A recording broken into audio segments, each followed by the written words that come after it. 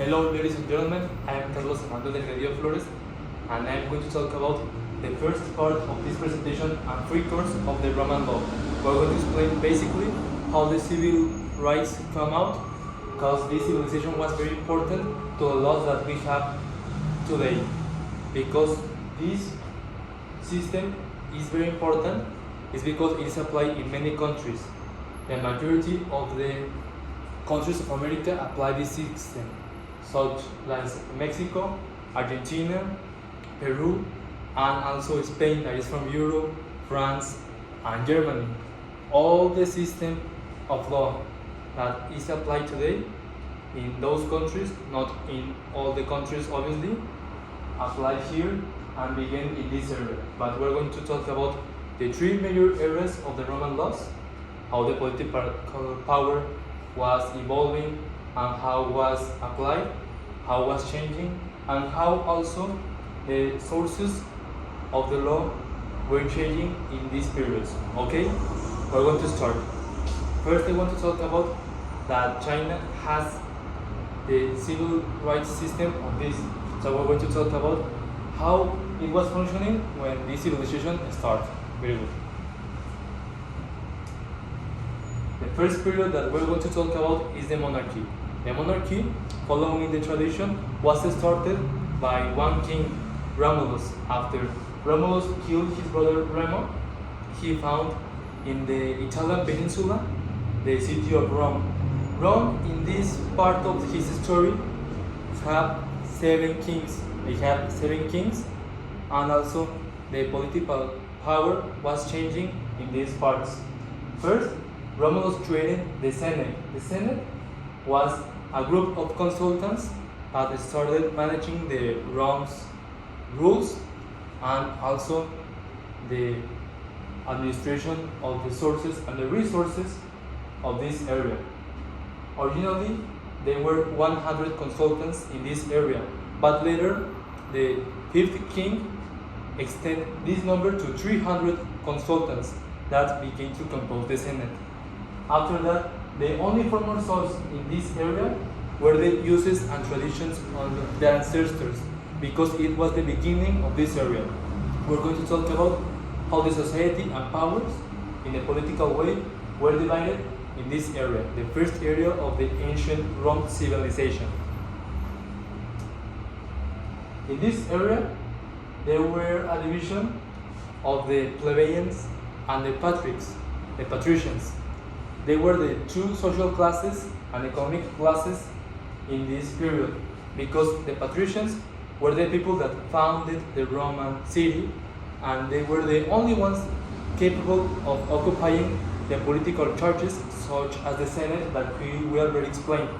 And the plebeians were the ones that composed the army and all the other works, but they didn't have the same works duties and the privileges that the patricians have. Also, the rights were almost in all the percent for the patricians and not for the plebeians. When the series started, there were 3 tribes: the Etruscans at the north of the Italian peninsula, the Latins in the central part or the middle part of the peninsula, and the Sabines that they were in the south. And the political power was divided in 2: the elections by curia and the elections by centuries. The curia are like the political power and assembly of a city in that time. So each tribe had 10 of these for each one.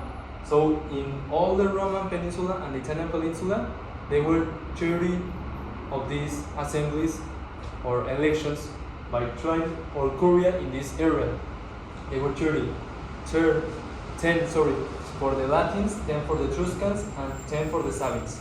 After that, we're going to talk about a very easy way to understand how the political power was divided in the elections by centuries. As you can see, the asses were the coin of the Roman civilization in this first period, but there were a lot of things that do not involve the king or the Senate.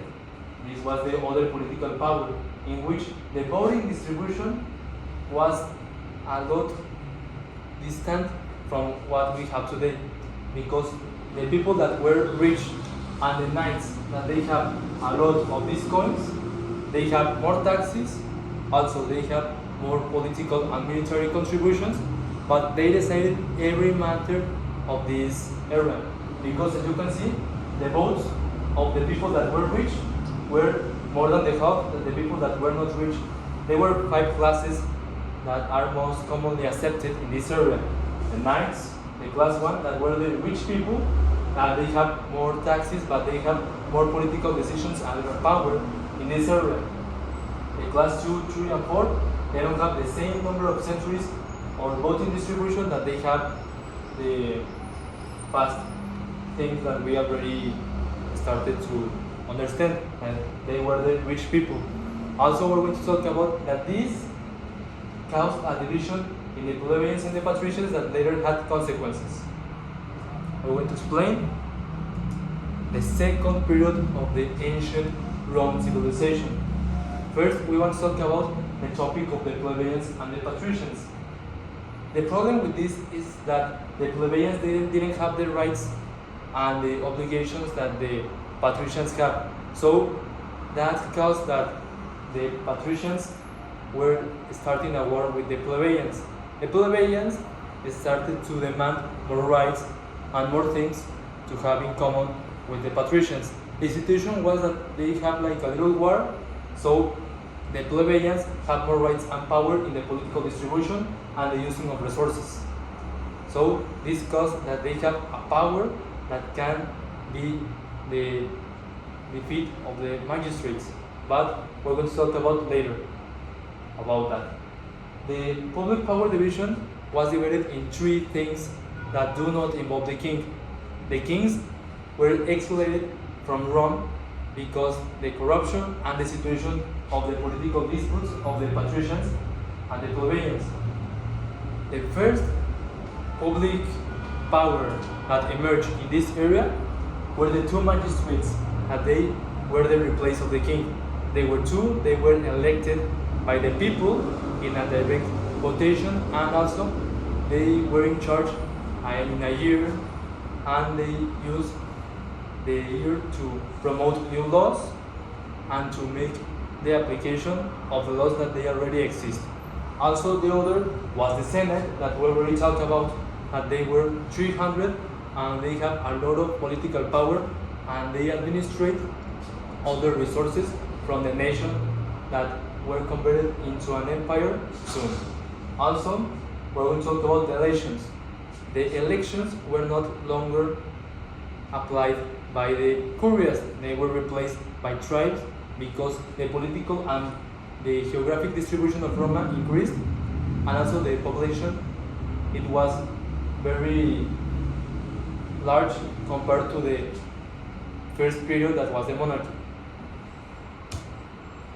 In this part of the story, the uses of the ancient people of Italy on the Roman Peninsula, they were not the formal source of the nation.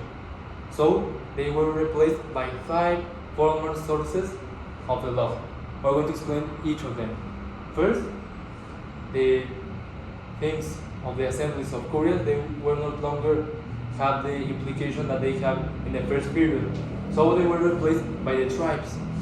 In this part, there were 4 tribes in the urban part of Rome and 31 tribes that were rustic in the field part of Rome.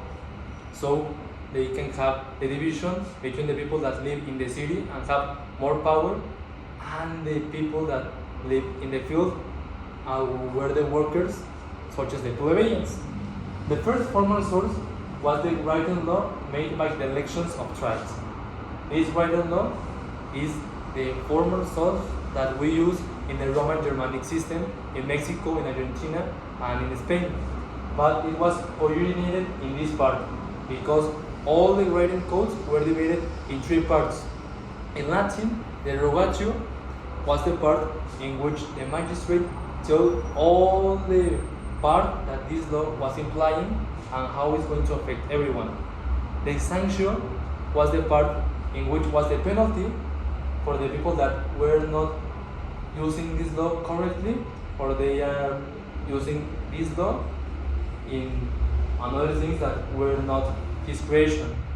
That can be a penalty and were the beginning of the criminal thing and the criminal matter in this era. And also the Paris Scripture, that was the name of the magistrate that were chosen in 1 year, and how it was applied and his name, and also what was the date in which this new law was voted. The second one was the date of the magistrates. These magistrates started to put new rules that were the new formal laws of Rome. They were very important because people chose the magistrates and they need to apply all the rules even if they don't know it, because if the people didn't apply these rules, they can't have the rights as the other people have, because the law gives you rights, but also you have obligation to apply these rules in your life. Also, the third one was the jurisprudence. This is very used in the common law system, in which we try to explain that the common law is different from the Roman Germanic system, in which this system states that the jurisprudence, the things of the mind of each judge, and the precedent of the analog cases are the most common and the formal source of this part of the legal system, like is used in the US and in England. The jurisprudence depends also by the jurisconsults, the people that were applying these laws.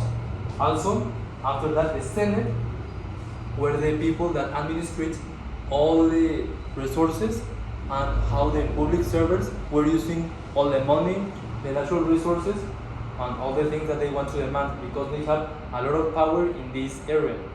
Also, the last one were the situation that we already talked about, that were the plebiscites. The plebiscites were the power that the plebeians acquired after the war with the patricians, so they can have more rights but more obligations to use about. Also, we're going to talk about the next part, that is the last period of the Roman civilization, the empire on the principality, in this case of the law. We're going to talk about the principality. Also, the first Roman emperor, August, centralized all the power, because these three powers didn't exist anymore as they used to exist in this part. All the power was centralized with the emperor, making it very similar to the image of the king of the first period in the monarchy. So all the power was centralized, and the formal sources of this part were the constitutional and the imperial demands that this emperor demanded. The first one were the edicts, in which all the people needed to follow these rules that the emperor required, so they can have the rights they needed. The second one was the mandates, that they were for the public servants, so they can use and administrate all the resources, the money, and the army to make the empire grow and have an economical growth that can be in a salvation. What does this mean? That this part of the mandates were for the people that were ruling in an area or in a province. Also, we're going to talk about the rescripta, that were the emperor answers to the people of the law, the jurisconsults. The emperor was answering the jurisconsults all the questions they have about this new type of system that was the principality in this part. And also, the last one were the decrets, the judicial decisions that serves as a precedent for analog cases. The principle that is most used in the common law system, that is used mainly in India and all the people that was or were a British colony in the past, in the colonial period of the Great Britain Empire. And we're going to talk about lastly of the absolute empire. In this area, the Diocletianus era, this emperor was very important because he tried to have all the codes in the Gregorian codes, all the rules